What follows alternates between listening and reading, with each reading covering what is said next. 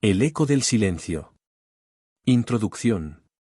Dicen que el silencio habla, si sabes escucharlo. Pero hay ciertos silencios que es mejor no oír. Mi nombre es Daniel Vega, y lo que voy a contarles hoy ocurrió hace apenas 3 meses en el pequeño pueblo de Valle Umbrío. Un lugar que ni siquiera aparece en los mapas modernos. Les advierto, esta historia no es para los débiles de corazón. Y si están solos en casa, tal vez deberían encender todas las luces. Parte 1. El regreso. Jamás pensé que volvería a Valle Umbrío. Después de 15 años, el pueblo seguía exactamente igual, las mismas casas de piedra, la misma niebla persistente, el mismo aire frío que parece acariciar tu nuca cuando menos lo esperas. Regresé para vender la casa de mi abuela. Nadie la había pisado desde su muerte, hace ya 6 años. 6 años en los que nadie se atrevió a cruzar el umbral de esa puerta. 6 años de silencio absoluto. La llave chirrió en la cerradura oxidada. El olor a humedad me golpeó de inmediato. Pero había algo más, algo que no supe identificar. Un olor antiguo. Bienvenido a casa, susurré para mí mismo. Pero la casa respondió con un crujido que pareció venir de todas partes a la vez. Parte 2. Los murmullos. La primera noche fue extraña. Decidí quedarme en la casa a pesar de todo. Un error, ahora lo sé. A las 3:27 de la madrugada, me despertó un sonido. No era un ruido cualquiera. Era como si alguien estuviera susurrando muy cerca de mi oído. Palabras ininteligibles, pero claramente palabras. Encendí la luz. Nada. Silencio total. Me convencí de que había sido un sueño y volví a dormir. Pero a la mañana siguiente encontré algo inquietante, todas las fotografías de la casa estaban mirando hacia la pared. Todas y cada una de ellas. Las coloqué en su sitio, atribuyéndolo a alguna corriente de aire durante la noche. Pero en el fondo sabía que eso era imposible. Parte 3. El descubrimiento. Al tercer día, mientras revisaba documentos en el desván, encontré un diario. Era de mi abuela, pero no recordaba haberlo visto nunca. Las primeras páginas eran normales, cotidianas. Hasta que llegué a una entrada fechada el 15 de octubre de 1976. Lo he visto otra vez. Está en las paredes. Está en el aire. Me observa cuando duermo. Susurra mi nombre. Sé que quiere algo, pero no sé qué es. Necesito encontrar la manera de silenciarlo antes de que sea demasiado tarde. Un escalofrío recorrió mi espalda. Seguí leyendo página tras página, cada vez más perturbadoras. Mi abuela describía una presencia en la casa, algo que se alimentaba de la soledad y el miedo. Dejé caer el diario cuando escuché los pasos sobre mi cabeza. Era imposible. Estaba en el desván. No había ningún piso superior. Parte 4. La revelación. Esa noche, investigué más a fondo. Hablé con los pocos vecinos que quedaban en el pueblo. Nadie quería hablar de mi abuela, ni de la casa. Excepto una anciana llamada Elisa. Tu abuela no murió de causas naturales, me dijo con voz temblorosa. Nadie lo hizo. Ninguno de los que vivieron en esa casa. Me contó la historia de Valle Umbrío. De cómo la casa había sido construida sobre los restos de un antiguo sanatorio donde se practicaban experimentos con pacientes. De cómo los gritos de aquellas personas aún resonaban en las paredes. Pero lo peor, continuó Elisa, es que cuando escuchas sus voces, significa que ya te han elegido. Parte 5. El espejo. De vuelta en la casa, decidí buscar pruebas. En el sótano encontré un viejo espejo de cuerpo entero. Estaba cubierto con una sábana y rodeado de símbolos extraños pintados en el suelo. Cuando quité la sábana, el espejo no reflejaba la habitación. Reflejaba la misma habitación, pero diferente. Como si fuera la misma casa, pero en otro tiempo. Y en ese reflejo, vi figuras moviéndose en las sombras. Intenté cubrirlo de nuevo, pero la sábana cayó al suelo. Una y otra vez. El espejo no quería ser ocultado. Y entonces lo vi. En el reflejo, detrás de mí, una figura alta y delgada. Sin rostro definido. Observándome. Me giré bruscamente. Nada. Pero cuando volví a mirar el espejo, la figura estaba más cerca. Mucho más cerca. Parte 6. La noche final. Esa noche, los susurros se hicieron más fuertes. Ya no eran ininteligibles. Podía entenderlos claramente. Somos muchos, decían. Y ahora tú eres uno de nosotros. A medianoche, todas las puertas de la casa se cerraron de golpe. Las ventanas se sellaron solas. Y entonces comprendí la verdad, no estaba tratando de vender la casa de mi abuela. La casa estaba tratando de quedarse conmigo. Corrí escaleras arriba, buscando una salida. Pero cada habitación me llevaba a otra habitación, y luego a otra, en un laberinto imposible. Y en cada habitación, ese maldito espejo me seguía. Siempre reflejando algo que no debería estar allí. Parte 7. El eco del silencio. Finalmente, exhausto, me rendí en el pasillo principal. Las luces parpadeaban. El aire se volvió frío como el hielo. Y entonces, lo sentí, una mano en mi hombro. Me giré lentamente y vi, nada. Pero el tacto seguía ahí. Invisible pero real. ¿Qué quieres?, grité desesperado. La respuesta llegó como un eco en mi cabeza: compañía. En ese momento, todos los espejos de la casa estallaron simultáneamente. Y de cada fragmento de cristal surgió un susurro, una voz, un grito. Conclusión. Han pasado 3 meses desde aquella noche. ¿Cómo escapé? Ese es el problema. No estoy seguro de haberlo hecho. Vendí la casa, sí. O al menos, los papeles dicen que lo hice. Pero cada noche, cuando cierro los ojos, me parece estar de nuevo en esas habitaciones. Y cada mañana, encuentro las fotografías de mi casa mirando hacia la pared.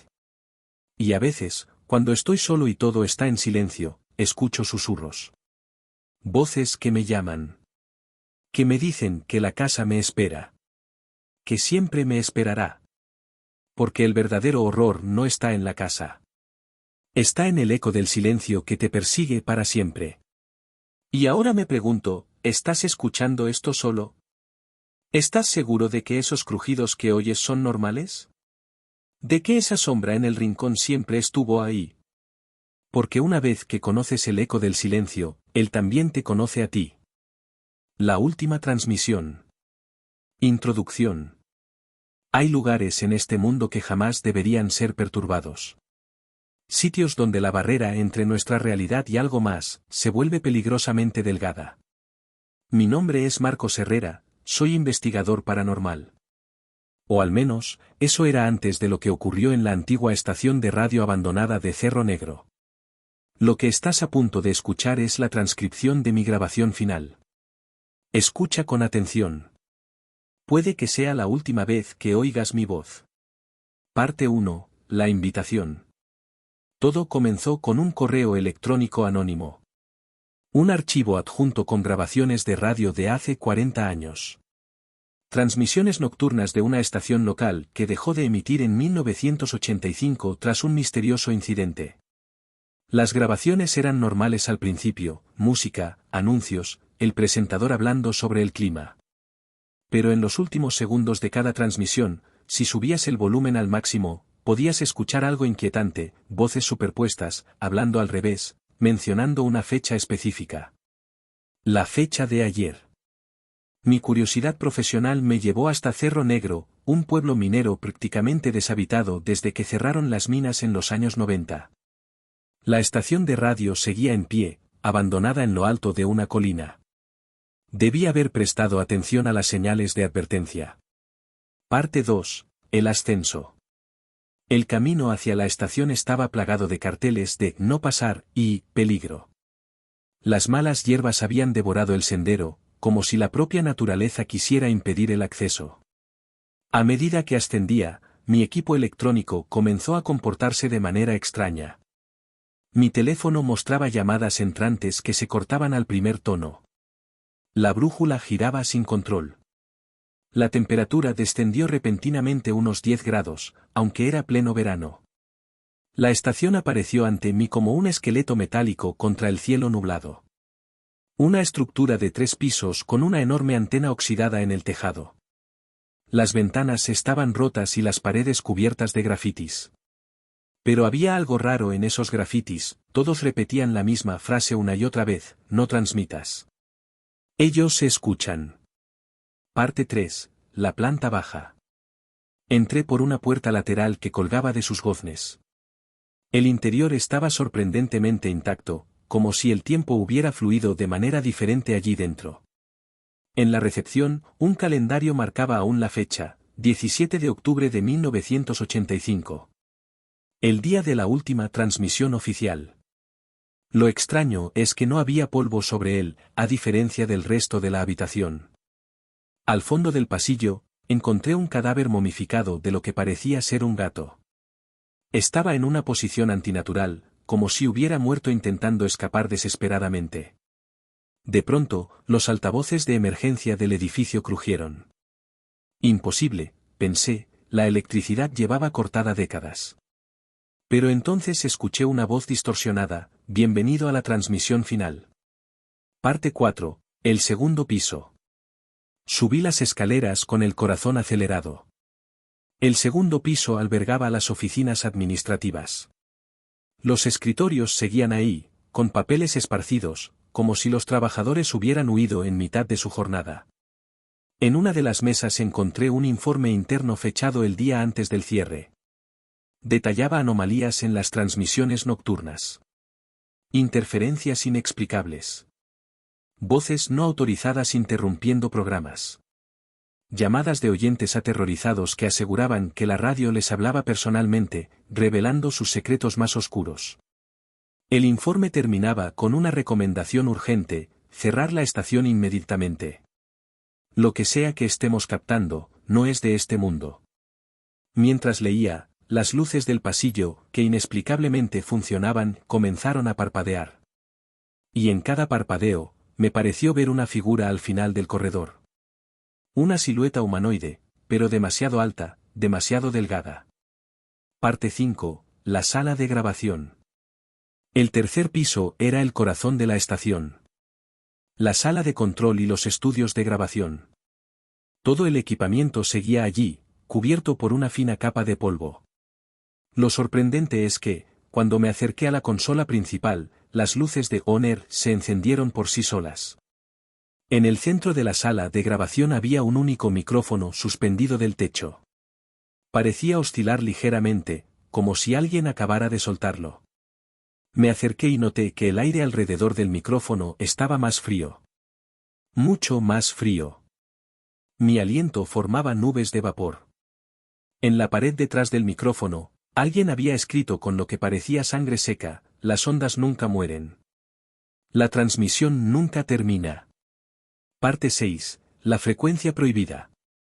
La curiosidad pudo más que el miedo. Encendí el equipo, que sorprendentemente arrancó sin problemas. Las agujas de los medidores cobraron vida. Puse los auriculares y giré el dial, buscando cualquier señal. Solo había estática, hasta que llegué a 107.9 FM. Una frecuencia que, según los documentos que había encontrado, nunca se había utilizado oficialmente. Lo que escuché me heló la sangre. Una voz que sonaba exactamente como la mía estaba narrando, en presente, todo lo que yo había hecho desde que entré al edificio. Cada paso, cada pensamiento. Y ahora, dijo mi propia voz en los auriculares, se da cuenta de que ha cometido un terrible error. Que nunca debió venir aquí. Que nunca saldrá. Arranqué los auriculares, pero la voz continuó. Ahora salía directamente de los altavoces de la sala. Las ondas de radio son interesantes, dijo mi voz, pero con un tono que nunca había usado. Viajan eternamente por el espacio. Nunca mueren. Como nosotros. Parte 7. La revelación. Entonces lo comprendí. La estación no captaba señales. Las atraía. Como una telaraña atrae a los insectos. En la pared opuesta apareció un espejo que estaba seguro que no estaba allí antes. Pero lo que reflejaba no era la sala en la que me encontraba, sino una versión diferente, más oscura. Y en esa versión, había docenas de figuras. Personas con expresiones de terror congeladas en sus rostros, como atrapadas en mitad de un grito eterno. Una de esas caras era la del locutor cuya fotografía había visto en la entrada. El que había desaparecido el último día de emisión. La estática de la radio se intensificó, formando un patrón que comenzó a sonar como palabras: todos somos frecuencias. Vibraciones en el vacío. Y ahora tú también lo serás. Parte 8. La transmisión final. Las puertas se cerraron de golpe. Las ventanas se oscurecieron. La aguja del dial comenzó a moverse sola, recorriendo todo el espectro una y otra vez. Con cada frecuencia que pasaba, una nueva voz se unía al coro de sonidos. Voces suplicantes. Voces que rogaban ayuda.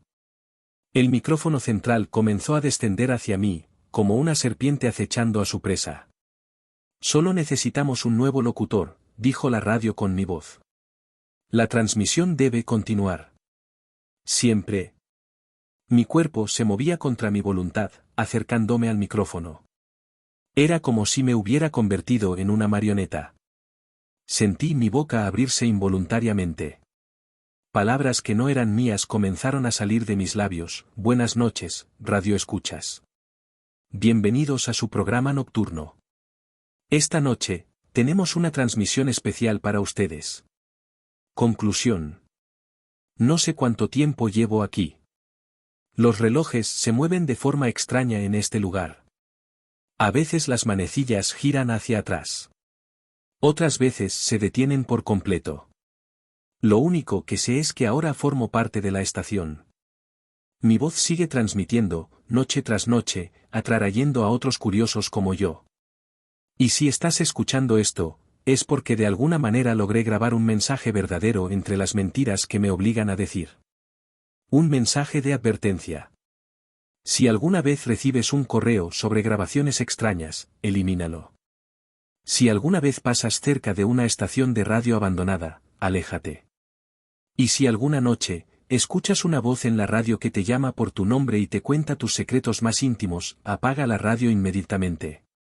Porque ahora lo sé, las ondas de radio nunca mueren. Y nosotros tampoco.